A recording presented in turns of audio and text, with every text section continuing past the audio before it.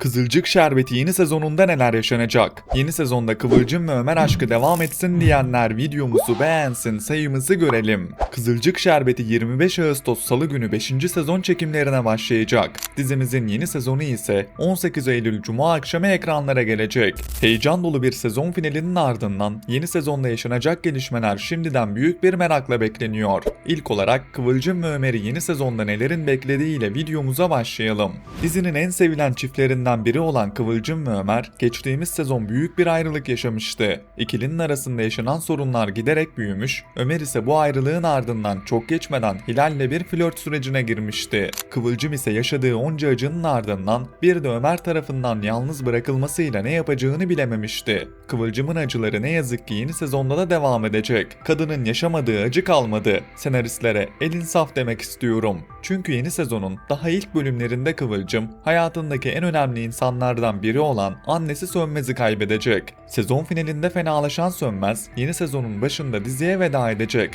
Daha önce yaşadığı ayrılıklar, hayal kırıklıkları ve kayıplar yetmezmiş gibi annesini de kaybeden Kıvılcım'ın kolay kolay toparlanamayacağını düşünüyorum. Ömer ise Sönmez'in vefatını öğrendiği andan itibaren Kıvılcım'ın yanında olmak isteyecek. Ancak hem Hilal'in baskısı hem de Kıvılcım'ın yanında Ömer'i istememesi nedeniyle Ömer, Kıvılcım'ın acılarını uzaktan izlemek zorunda kalacak. Tam da bu süreçte Murat Aygın'ın hayat vereceği lider karakteri Kıvılcım'ın hayatına girecek. Liderin Kıvılcım'ın en kötü döneminde karşısına çıkacağını ve ona yeniden iyi hissetmeyi hatırlatacağını düşünüyorum. Kıvılcım annesinin kaybıyla hayattan tamamen kopmuşken lider onun yanında olacak, onu yalnız bırakmayacak ve yavaş yavaş yeniden hayata dönmesini sağlayacak. Yeni sezonda bu ikiliyi sık sık bir arada göreceğimizi ve liderin Kıvılcım'ın hayatında önemli bir yer edineceğini düşünüyorum. Buradaki en önemli detay ise lider karakterinin Hilal'in abisi olması. Liderin Hilal'in abisi olması, Ömer'in bu ilişkiye çok yakın olmasına ve yaşananları sürekli takip etmesine neden olacak. Ömer'in çok geçmeden kıskançlık krizlerine gireceğini ve Kıvılcım'ı yeniden geri kazanmak isteyeceğini düşünüyorum.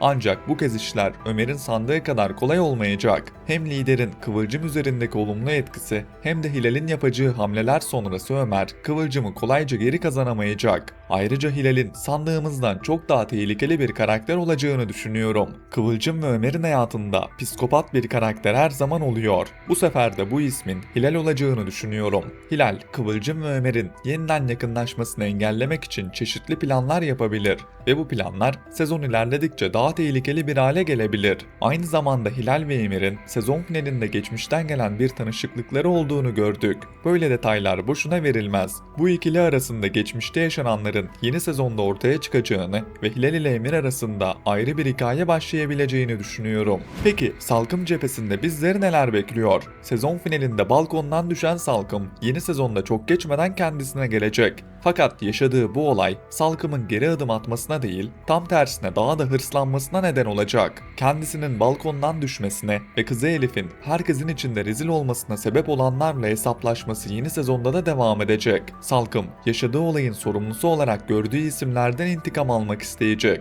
ve Ünal ailesinin içindeki gerilimi daha da büyütecek. Ancak Salkım ve ailesinin hikayesinin sezonun ilk yarısında devam edeceğini, sonrasında ise onun ve ailesinin vedasını göreceğimizi düşünüyorum. Abdullah ise bu süreçte Salkım'dan giderek uzaklaşmaya başlayacak. Başlangıçta Salkım'ın yanında görünse bile onun sürekli kavga çıkarmasından, aileyi birbirine düşürmesinden ve evdeki huzuru tamamen bozmasından rahatsız olacak. Abdullah'ın Salkım'a karşı sabrı giderek azalacak ve aralarındaki ilişki her bölüm biraz daha kopma noktasına gelecek. İzleyiciler uzun zamandır Asude ve Abdullah arasında bir hikayenin başlamasını bekliyor. Senaristler de zaman zaman bu ikilinin olabileceğini gösteren sahneler izletiyor. Asude'nin Abdullah'a karşı tavırları ve Abdullah'ın Asude'ye duyduğu güven ilerleyen bölümlerde bu yakınlığın daha ciddi bir hale gelebileceğini gösteriyor. Bundan dolayı yeni sezonda Salkım'dan uzaklaşacak olan Abdullah'ın yavaş yavaş Asude ile yakınlaşacağını düşünüyorum. Asude, Abdullah'ın yaşadığı sorunlarda yanında olacak ve ona Salkım'ın vermediği huzuru verecek. Abdullah da zamanla Asude'nin kendisine daha uygun biri olduğunu düşünmeye başlayabilir. Özellikle Salkım'ın vedası sonrası Abdullah'ın Asude ile evlenebileceğini düşünüyorum. Böyle bir evlilik Ünal ailesinde yeni bir dönemin başlamasına neden olur. Asude'nin eve gelmesiyle birlikte ailedeki dengeler tamamen değişebilir ve bazı karakterler bu evliliğe karşı çıkabilir. Sizce bu ikili arasında bir birliktelik diziyi nasıl etkiler? Abdullah ve Asude'nin evlenmesi sizce Ünal ailesindeki sorunları çözer mi? Yoksa daha büyük bir kaosun başlamasına mı neden olur? Düşüncelerinizi yorumlarda bizlerle paylaşın.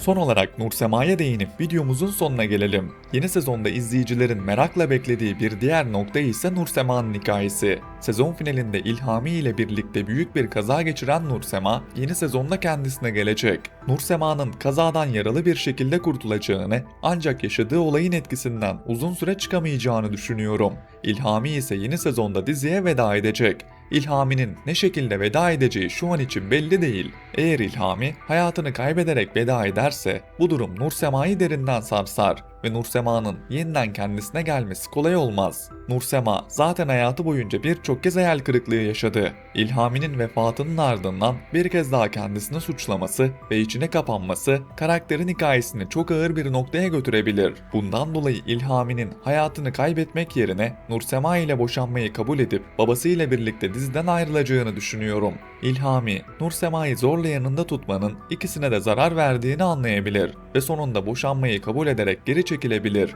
Böylece Nursema da uzun zamandır içinde bulunduğu baskıdan kurtulmuş olur. Asil ise bu süreçte Nursema'nın en büyük destekçisi olacak. Kaza sonrası Nursema'nın yanında olacak. Onun yeniden toparlanmasını sağlayacak ve yaşadığı kötü günleri geride bırakmasına yardım edecek. Asil'in Nursema'ya olan ilgisinin zaten sıradan bir dostluktan daha fazlası olduğunu düşünüyorum.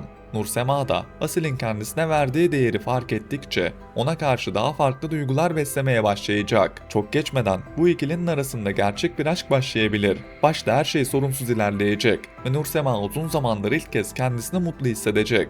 Asil'in Nursema'yı olduğu gibi kabul etmesi ve onu değiştirmeye çalışmaması bu ilişkinin en güçlü tarafı olacak. Ancak sezonun ilerleyen bölümlerinde Firaz'ın geri döneceği bir senaryoda bu ilişki büyük yara alır. Firaz dizimizden yurt dışına giderek ayrılmıştı. Nursema ve Asil aşkı başlamışken onun geri dönüşünün oldukça olası olduğunu düşünüyorum. Firaz'ın geri dönmesi, Nursema'nın geçmişte bastırdığı duyguları yeniden ortaya çıkarabilir. Nursema bir yandan kendisine en zor zamanında destek olan Asil, diğer yanda geçmişte yarım kalan duyguları bulunan Firaz arasında kalabilir. Firaz'ın Nursema'yı yeniden kazanmak istemesi, Asil'le büyük bir karşı karşıya gelmesine neden olur. Böylece Nursema, Asil ve Firaz arasında sezonun ilerleyen bölümlerine damga vuracak yeni bir aşk üçgeni başlayabilir. Sizce Nursema, Asil'le mi mutlu olmalı? Yoksa Firaz geri dönerek Nursema'nın hayatında yeniden bir yer edinmeli mi? Düşüncelerinizi yorumlar kısmında bekliyorum.